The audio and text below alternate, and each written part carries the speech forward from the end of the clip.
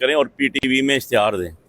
کہ اب یہ اشتہاری ہو گئے ہیں، ان کے بارے میں اشتہار دیں پی ٹی وی میں اور انہیں کہیں کہ حاضر ہو جناب آپ کو یہ عدالت نون لیگ کے تینوں کینڈیڈیٹس کو اشتہاری کے لیے اشتہاری قرار دینے کے لیے اشتہار قرار دیا ریٹرن کینڈیڈیٹ جو اپیئر نہیں ہوئے آج ان سب کے لیے علی بخاری صاحب، جن لوگوں کے نام آج اشتہاری قرار دیا گیا ہے وہ تو ملک سے باہر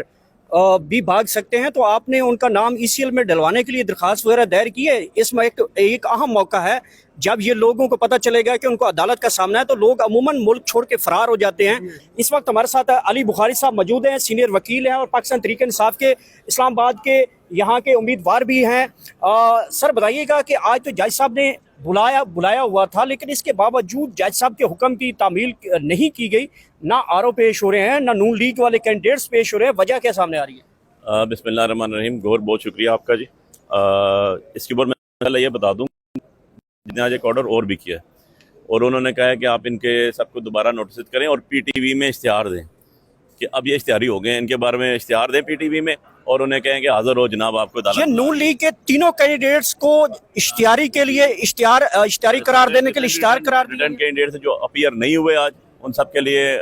آنریبل کورٹ نے کہا کہ ان میں پی ٹی وی میں اشتہار دیں۔ ساتھ آر او کے لیے بھی کہا گیا ہے کہ آر او صاحب آپ کے اشتہار میں آئیں، کیونکہ جو لوگ آج اپیئر نہیں ہوئے وداؤٹ اینی ڈسکریمنیشن انہوں نے کہا جی ان سب کو لیے اشتہار کریں اور وہ حاضر ہوں۔ سو بات یہ ہے یار کہ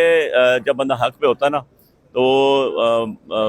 سر عام کھڑا ہوتا ہے اور حق کی بات کرتا ہے، اس میں ڈر بھی نہیں ہوتا، اس میں جھوٹ بھی نہیں ہوتا، کیونکہ اس کو پتہ ہوتا ہے کہ میں حق پہ کھڑا ہوں۔ اور ہمارا الیکشن کو تو کل ایک نے نہیں، دو نے نہیں، جتنے سروے ہوئے سب نے کیا، اور کل کا جو سروے آیا، جو آڈٹ آئی، اس میں تو بالکل کلیئر ہو گیا۔ اور میں بتاتا چلوں کہ الحمدللہ اللہ پاک نے ہمیں لوگوں کی امانتوں کا امانت دار بھی بنایا، اور ساتھ اللہ اور اس کے رسول کے حکم کے مطابق اور نبی کریم محمد مصطفیٰ صلی اللہ علیہ وسلم ان کی سنت پہ عمل کرتے ہوئے صادق اور امین بھی بنایا ہوا ہے۔ کیونکہ آج جو ان کی رپورٹ آئی ہے وہ آڈٹ رپورٹ، اس میں دیکھ لیں کہ 91 پولنگ اسٹیشن انہوں نے کہا NF48 میں ایسی ہے جن میں فورجری کی گئی، جن میں آڈیشن کی گئی، جن میں سویپنگ کی گئی۔ اور ہم نے جو اپنی پٹیشن آج سے مہینہ پہلے ڈالی ہوئی ہے اور جو ڈے فرسٹ سے ڈالی ہوئی ہے اس میں ہم نے کہا تھا 91 پولنگ اسٹیشن ہے جن کے اندر انہوں نے، میں تو کہتا ہوں خرد برد کہہ لیں آپ اس کو، ملاوٹ کہہ لیں اس کو، اس کے اندر آپ میں کہوں اگر کہ یہ ڈکیتی کہہ لوں، چوری کہہ لوں، رازداری کہہ لوں، نقب زنی کہہ لوں، جتنے بھی یہ افینسز ہیں نا یہ سارے کے سارے انہوں نے ڈالے وتھ کنائمنٹس آف ECP۔ مجھے آج بڑا افسوس ہوا۔ علی بخاری صاحب، جن لوگوں کے نام آج اشتہاری قرار دیا گیا ہے وہ تو ملک سے باہر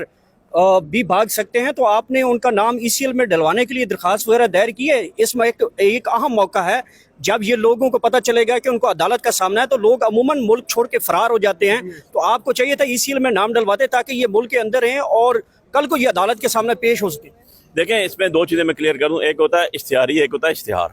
یہ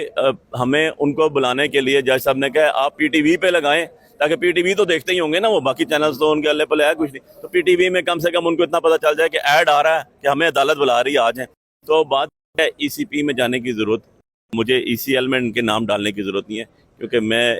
نہ ہی کم ظرف انسان ہوں اور نہ ہی میں کمینگی پہ جاتا ہوں۔ ہم میدان میں کھڑے ہو کے مقابلہ کرتے ہیں، ہم ضرب ید اللہ کے سائے کے نیچے پرورش پا کے یہاں پر پہنچے ہیں، تو ہمیں پتہ ہے کہ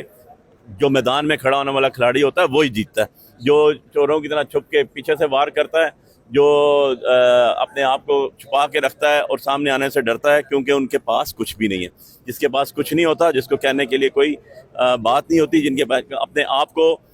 سچا ثابت کرنے کے لیے ثبوت کوئی نہیں ہے، ان لوگوں نے کیا بھاگنا؟ وہ تو ویسے ہی بھاگ رہے ہیں، وہ تو اپنے آپ سے بھاگ رہے ہیں، اپنے گھر والوں سے بھاگ رہے ہیں، اپنے بیوی بچوں سے بھاگ رہے ہیں، اپنے دوستوں عزیز اقارب برادری سے بھاگ رہے ہیں، ان کے پاس تو ہے کچھ نہیں۔ تو بات یہ ہے کہ بھاگ جائیں گے